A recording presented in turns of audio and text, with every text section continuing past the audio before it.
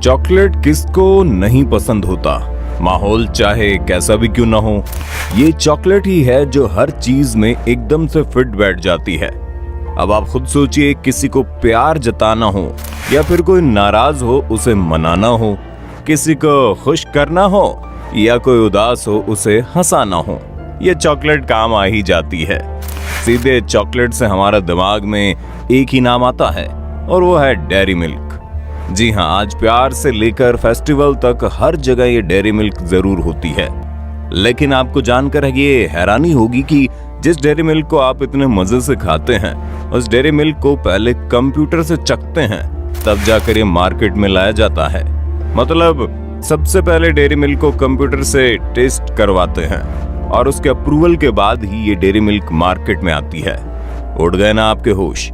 आपकी पसंदीदा dairy milk के बारे में आज हम खोलेंगे कुछ अनोखे राज जो आपको दंग कर देने वाले हैं। इसलिए आज की इस वीडियो को एंड तक देखें और ऐसे अमेजिंग फैक्ट्स के लिए चैनल को सब्सक्राइब जरूर करें। कभी ना कभी आपने भी कैडबरी चॉकलेट जरूर खाया होगा, लेकिन क्या आपने कभी सोचा इसकी शुरुआत कैसे हुई थी? कौन था जो इनका फाउंडर था और वजह क्या थी? तो चलिए आपको बताते हैं। सबसे पहले इसकी शुरुआत की बात करते हैं, जो काफी ज्यादा इंटरेस्टिंग है। कैडबरी के फाउंडर, जिनका नाम है जॉन कैडबरी। जॉन कैडबरी ने जब यूके शराब की आदत से परेशान देखा तो वो काफी परेशान हो गए।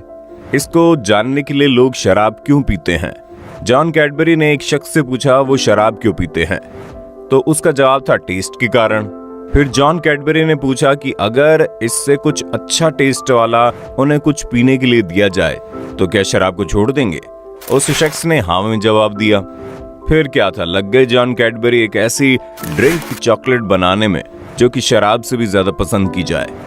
उनकी ये कोशिश रंग ले आई और उन्होंने लिक्विड हॉट चॉकलेट बेचनी शुरू कर दी।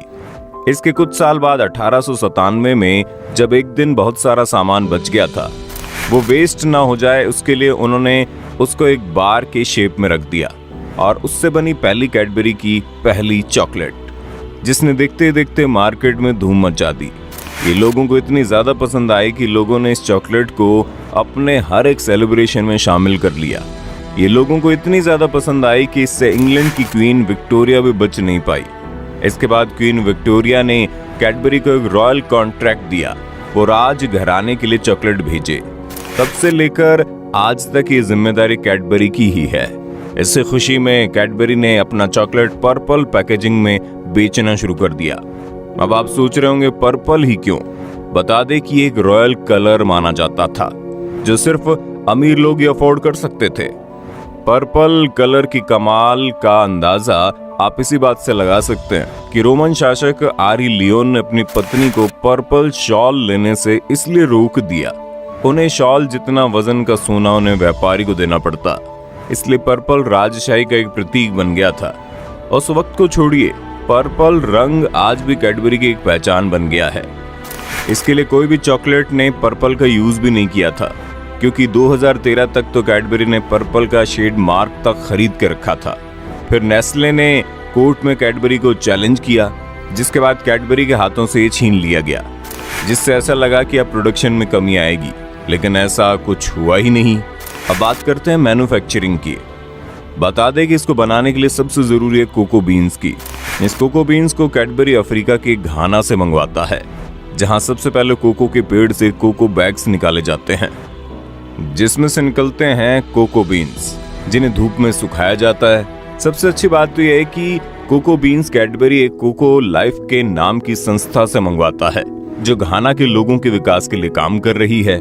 वहां से इसे अलग अलग देशों में भेजा जाता है, जिसके बाद इसके ऊपर के शैल निकाल दिए जाते हैं और उसके बाद कोको को अलग से निकाल कर रोस्ट किया जाता है।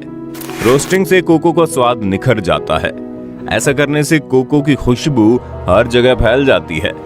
इन सब के बाद कोको को बड़े बड़े ग्रेडिंग मशीन में डालने के लिए भेजा जाता है, जहां से निकलने के बाद कुछ कोको को अलग से निकाल लिया जाता है ताकि उनका बटर बना लिया जा सके, और बाकी का कोको आगे भेज दिया जाता है, जहां इसमें मिल्क और शुगर मिलाया जाता है। मिल्क और शुगर मिलने के बाद ये और ज्यादा गाढ़ा हो जाता है। इसके बाद इसे वैक्यूम ओवन में डालकर फिर से पाउडर बनाया जाता है। अब आपको ये भी प्रोसेस थोड़ा सा अजीब लग रहा होगा कि पहले पाउडर से लिक्विड फिर लिक्विड से पाउडर क्यों बनाया जाता है, पर कैडबरी के पास इसके लिए एक अलग ही थियरी है। उनके हिसाब से ऐसा करने से इससे कैडबरी के टेस्ट में इजाफा होता है। आपको बता दें, इस प्रोसेस को 1 नहीं 2 नहीं बल्कि 3 बार रिपीट किया जाता है। अब इसके बाद पाउडर को फिर से अलग अलग चीजों के साथ मिलाया जाता है। आपको याद होगा कि कुछ कोको बटर को बनाने के लिए कुछ कोको को अलग से निकाल दिया गया था। अब अगले प्रोसेस में कोको बटर बनाने के साथ ही कुछ अलग इंग्रेडिएंट्स डाले जाते हैं और फिर इसे मिक्सी में डालकर ग्राइंड कर दिया जाता है। इसके बाद इसे सांचे में डालकर फ्रीजर की ओर भेजा जाता है। फ्रीजर में जाने से पहले इन्हें हल्का सा हिलाया भी जाता है ताकि ये सांचों में बिल्कुल बराबर तरीके से फिट हो जाए और साथ ही कोई बबल भी ना आए। अब फ्रीज होने के बाद आपकी पसंदीदा चॉकलेट बनकर तैयार हो जाती है। इसके बाद इनके ऊपर चॉकलेट की एक लेयर चढ़ा दी जाती है ताकि ये जल्दी से न पिघले। अब इतना सब कुछ होने के बाद इन्हें पैक करने से पहले एक सेंसर इसके वजन को चेक करके दिखता है। अगर वजन में कमी आए तो इन्हें बाकियों से अलग रख दिया जाता है। अगर सेंसर की तरफ से सब सही हुआ तो इसे पैक करके आगे की तरफ भेज देते हैं। ये थी प्लाइन चॉकलेट की बात। पर ये तो हम सभी को पता है कि डेयरी मिल्क के और भी बहुत सारे वेरिएंट हैं, जैसे कि बबल, नट वाले और अभी नए में जो आया है ओरियो वाला।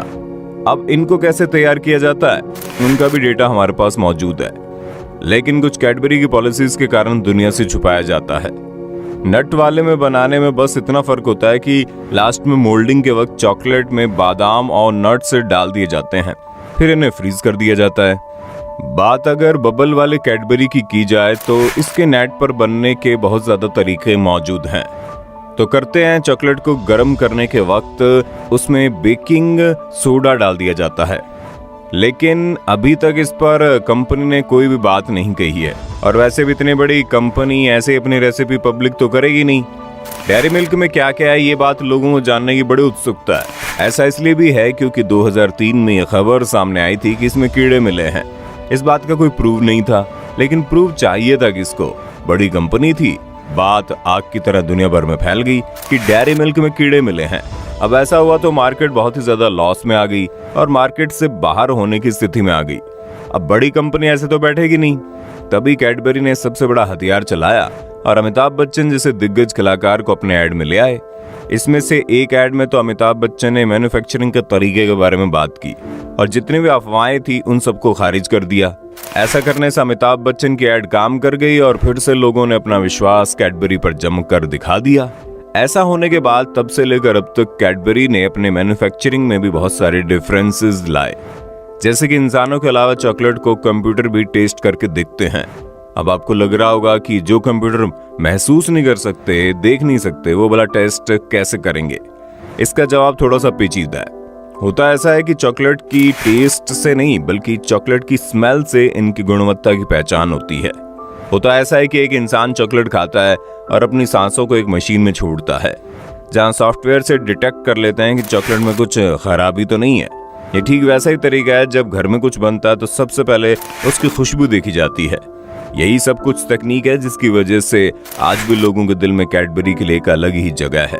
एक आंकड़े के मुताबिक साल भर में 35 करोड़ कैडबरी चॉकलेट खाई जाती है। ये कैडबरी चॉकलेट तीसरे नंबर पर हैं, जो कि सबसे ज्यादा चॉकलेट बनाती है और उससे कहीं ज्यादा उन्हें प्रॉफिट भी होता है। आपको कैसी लगती है कैडबरी चॉकलेट, हमें कमेंट में बताइए ना। कैसे लगी आज की वीडियो हमें ये भी बताना। ऐसे ही कुछ इंटरेस्टिंग फैक्ट्स को जानने के लिए हमारे चैनल को सब्सक्राइब जरूर कर लेना।